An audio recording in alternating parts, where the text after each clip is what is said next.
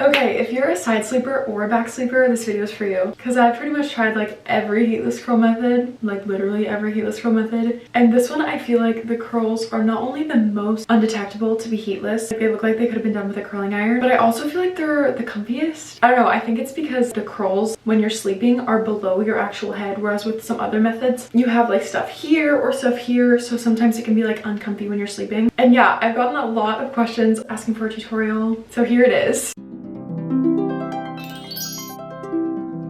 We want the curls to last. Depending on your hair texture, this step might vary a little bit. Like I have kind of wavy hair. I wash my hair and I let it naturally air dry. And you can see there's like some texture. There's a bit of a grip to it. Like my hair won't slide around, but if you have really fine hair or just really stick straight, you might want to use like a texture spray or a mousse or just something to give your hair a little bit of grip. And if you have thicker, coarser, wavier hair, you might want to use a hair oil to reduce frizz and keep your ends really smooth and really silky. There's really not much product in my hair. I think there's a little bit of like leave-in conditioner, but that's honestly it. So do whatever works for you. And if you have in-between hair, you can use both. Something like a mousse or a texture spray, and then you can add like a hair oil on your ends, but only put the hair oil like from here down because you don't want anything up here. It's gonna make your hair look like it's less clean, and we don't want that. I feel like there's also a pretty big misconception. A lot of people ask me if I do heatless curls on wet or damp hair. Never. Because if your hair is wet and then you wrap it up and go to sleep, it's gonna be wet when you wake up, except for like the outer layer, because waking up with wet heatless curls is the worst. Okay, I like to use a roller for the front pieces. These are the two sizes that I think work best. If you want a tighter curl, go with the smaller. If you want more of like a swoopy bang look, go with the bigger one. And now you can part your hair wherever you want. I kind of do slightly off center, and then I'm going to separate a section that is the same width as the roller. I don't want it to be too big or too wide because I don't want it to fall out of like the edges of the roller when I'm asleep, but just about like a 2-inch wide section is perfect for this. Then I'm going to take the roller and I'm going to drag it along my hair with some tension, so I'm kind of pushing against my hair all the way to the end, tuck in the ends, and then roll down your hair. And as I'm doing this, I'm pinching here so that the hair stays on the inner part of the roller, because you don't really want anything like way out here because it's gonna pop out when you sleep. And these in theory are built to like stay in place, but I don't trust that. I always add a clip. And then I'm literally gonna just split my hair in half, and make sure before you start that your hair is fully brushed. No tangles at all, because the less brushing you can do in the morning, the longer your curls are gonna last. Now take a sock that's kind of on the longer end, put the toe part in your hand and then the open part at the bottom. Separate a little piece up here. I kind of just roughly grab like a little square. And the reason I do this is because I like to have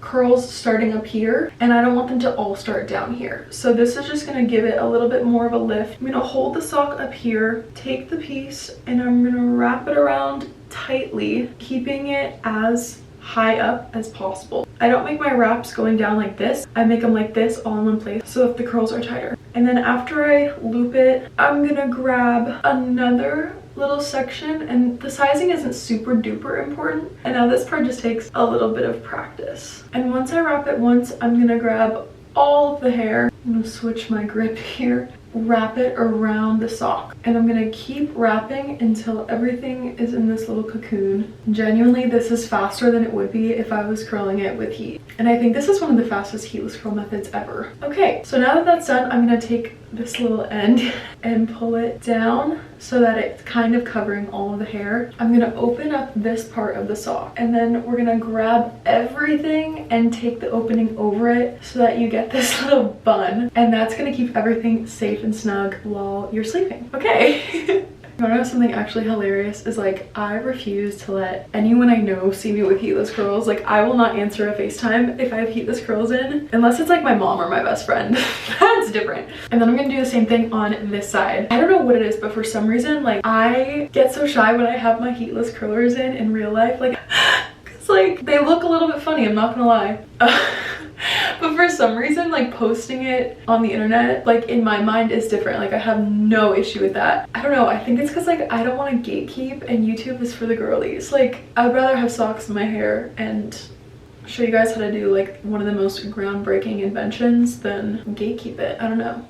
But anyways, when I tell you I literally try to do the wraps up as high as possible, it's because it makes it last so much longer. And now we open up the bottom, grab everything into a little bun, and plop it all in there. Okay, I have a very exciting unboxing. that I must do before we go to sleep because I'm so excited. I got a brand new mattress and it's in one of those containers that's like vacuum shut. Genuinely, I was so impressed because it came in like the smallest little box ever, but it's like a full-on mattress. Like it was so compact. So let's go open it. All right, let's open it up. And a special thank you to Brooklyn Bedding for sponsoring today's video. This is the Copperflex mattress from Brooklyn Bedding and it's so soft. Yeah, I'm so excited to go to sleep. So I'm gonna head to sleep. See you guys in the morning. Good morning. Okay, wow, I slept so well. I honestly wish I got this mattress sooner, but I'm so excited to take these out. And my hair held up pretty well too, but that mattress was seriously so comfortable. It feels like when you wake up in a very comfy hotel bed, it's just like that luxurious sleep feeling.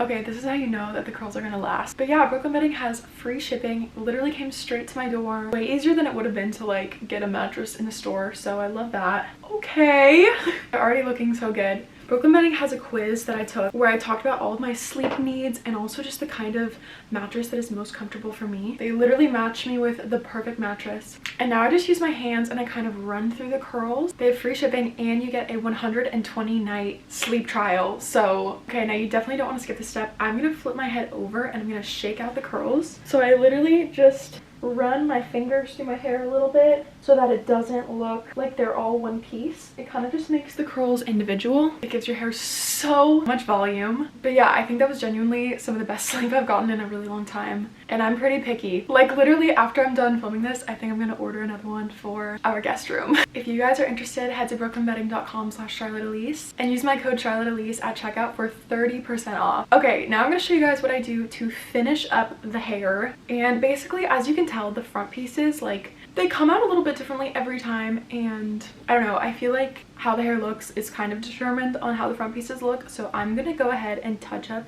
these two pieces with just like a normal curling iron, and I'm gonna use the curling iron to just lightly swoop it away from my face. The good news about this is because I have layers, my little front pieces never get that long, so using heat on them doesn't really damage them because they're pretty short anyway. So I feel like I can still see, like, that's such a huge difference. I feel like it's worth it. I pretty much never skip this step. And of course you can use a heat protectant. I have some heat protectant built in to the leave-in that I put on after I showered. So now for this side, I take the clamp away from my face and I'm gonna wrap the hair around. I always go away from my face to add extra volume, and I just hold the ends out like this because if you don't put it in the actual clamp, it just stays a little bit out of the heat more, so the ends get less heat applied onto them and they stay healthier. And then while it's cooling, I can just, ooh, hold on. Okay, while it's cooling, sometimes I'll just pick up the curl, and don't brush through the curls or anything until they're fully cooled off. This is gonna lock the curl in place, because if you use heat and then you pull it down, it's gonna retain whatever shape it's in when it cools. Okay, it's been a couple seconds. I'm just gonna run my fingers through it. Looks so good. And I'm gonna do one last flip.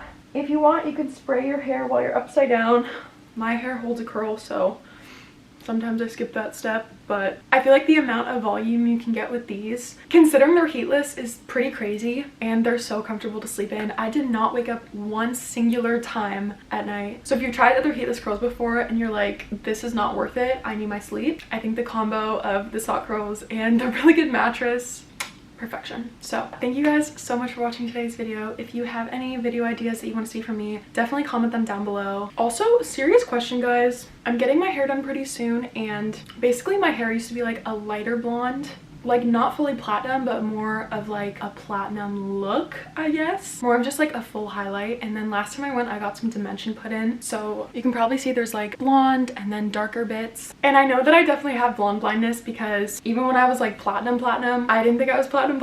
So I don't know. Let me know if you guys think that I should go for like a lighter blonde or if you like more of the dimension look. I don't know. I think I just like want a change. Like, you know, once you get the idea in your head to like change up your hair, it doesn't really go away until you do it. So, but I'm very indecisive, so let me know what you guys think. I also have a ton of fun updates that I'm about to post on my Instagram, so definitely go follow at CharlotteElise. I love you guys so much, and I'll see you guys next time. Bye!